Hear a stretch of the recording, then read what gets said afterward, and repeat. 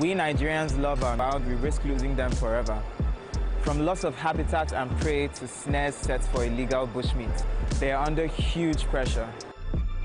Let's show more love for our lions and say no to illegal bushmeat, because poaching steals from us all.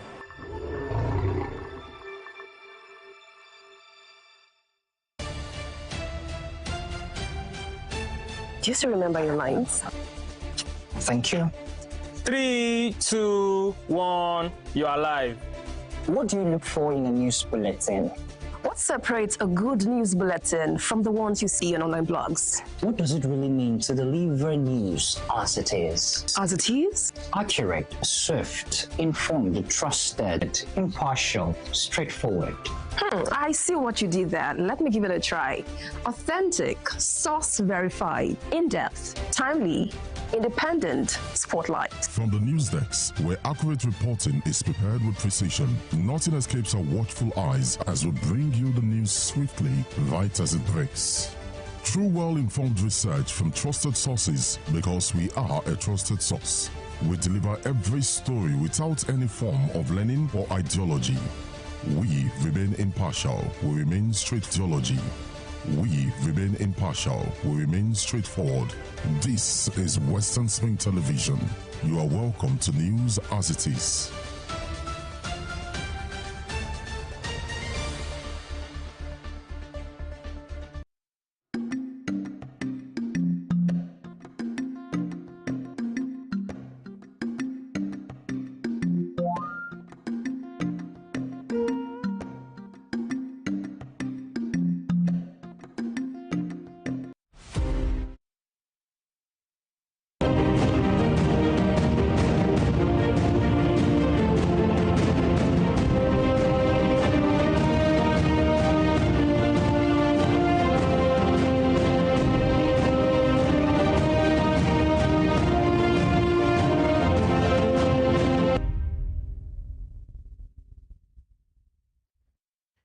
Here are the top stories of the news.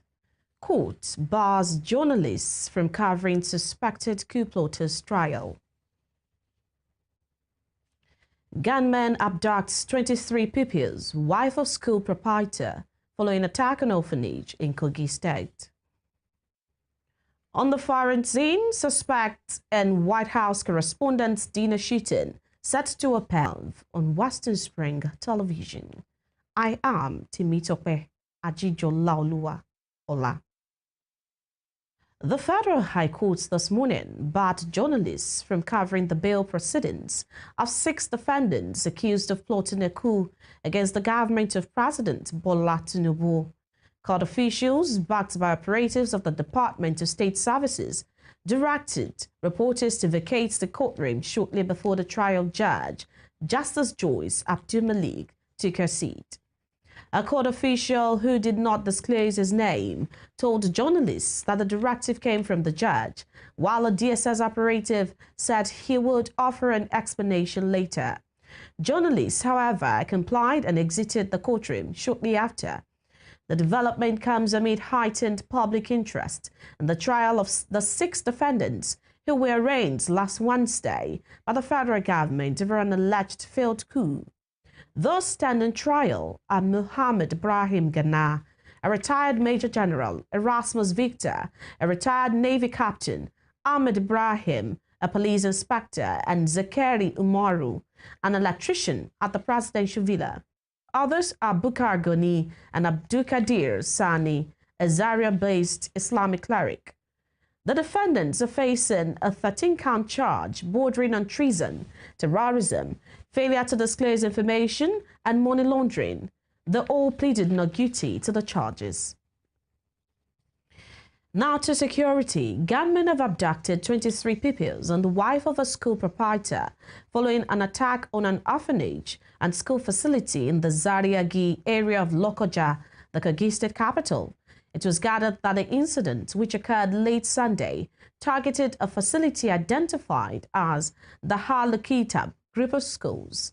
Confirming the development in a statement this morning, the State's Commissioner for Information and Communications, Kingsley Fanwo, State security operatives responded swiftly, leading to the rescue of 15 of the abducted pupils. The commissioner disclosed that the school was operating outside regulatory oversight, noting that the facility was operating in a remote, bushy environment without registration in the state with the state government and without the knowledge. Efforts are ongoing to secure the release of the remaining 8 victims and apprehend those responsible for the attack.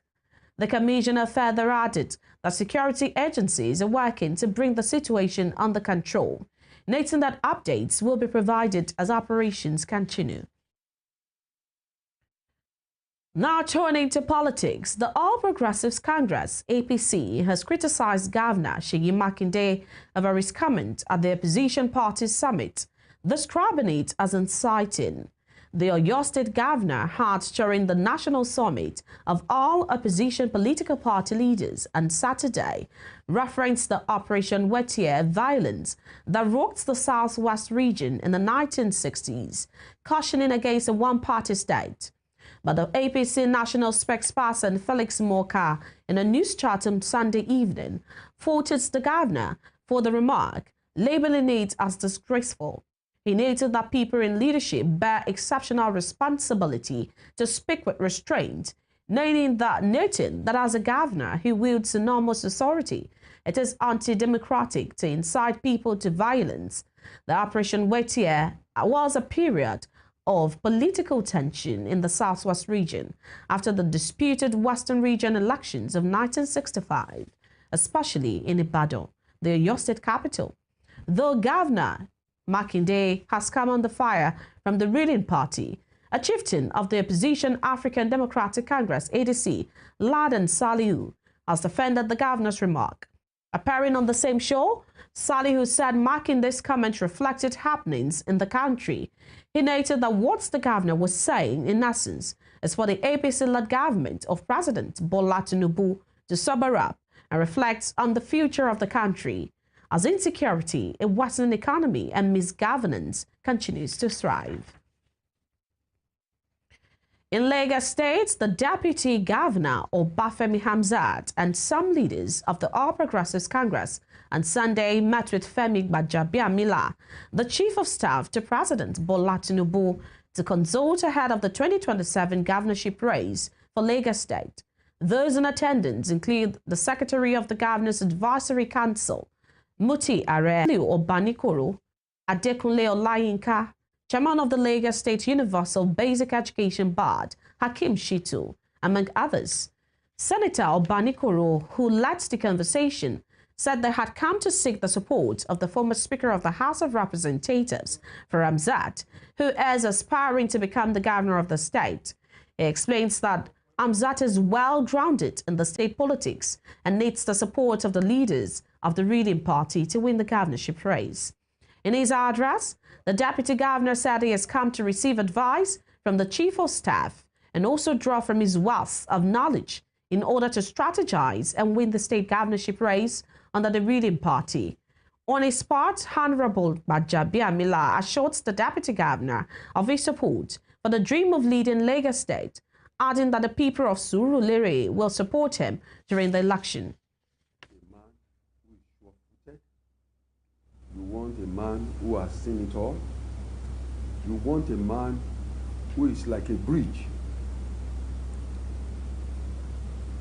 given his background in finance, in information technology, and in the management itself. You need a man like him to serve as a bridge into the future. And there's no doubt that your brother that has come here today has the capacity. We are here in furtherance to our consultation across the state. We are a progressive party. We have leaders, we have foundation, we have roots. We don't just go out. And we are Africans, we are Yorubas, we are Igbos, whatever. So the part of the culture is to talk to elders. So we must sit down with them, we must talk to them, to make sure that we get advice, what do we do, what do we not do, and so on and so forth, and to seek their prayer and blessings. So that's why we're here. Two things. I'm a party loyalist to the core. Secondly, he's somebody I know well. and I know his capacity. I've known him for years, so why would he not have my support? So yes, he has my support, and I'm sure he will have the support of practice. Here in Osun State, Chairman of the Local Government Service Commission, Governor Adeleke, says that without the local government funds has had an effect on the training and retraining of local government workers. Speaking in an interview with Western Spring Television News, he noted that training of workers constitutes one of the major roles of the Commission. Mr. Adeleke, however, stated that despite the crisis, the state government has ensured that the local government continues to function. Speaking about the chances of Osun State Governor Ademola Adeleke being re-elected, he said the governor has fulfilled his 5-point agenda despite the paucity of funds. The purpose of the commission is to train and retrain the local government employees. We do promotional exercises for junior and senior staff, conversions, transfers. The main trainings work with the allocation from the local government. So if these funds are not coming down, how can we train these staff? So that is what we suffered for the past at least maybe 15, 16 months now. But nevertheless, we still have to be on ground to make sure the commission and the local government are still running. It's just that with these funds, we cannot do the training program. It has highly affected us, and we just hope that in the nearest future they would release the funds. I highly believe he would be re-elected. The governor has, even with these local government funds, which I don't like talking about it, even with the funds being withheld, he's doing the work. I feel like people are in support of him and they want to see him do more. And they know that if they re-elect him, he'll do more. He's not a governor that came on the seat and did not and said some A and did B. He fulfilled his 5-point agendas. Moving on, the Joint Admissions and Matriculation Board, JAM, has debunked a purported unified tertiary matriculation examination result slip circulating online, which claims that its candidates scored 394 in the 2026 examination, describing it as entirely fake.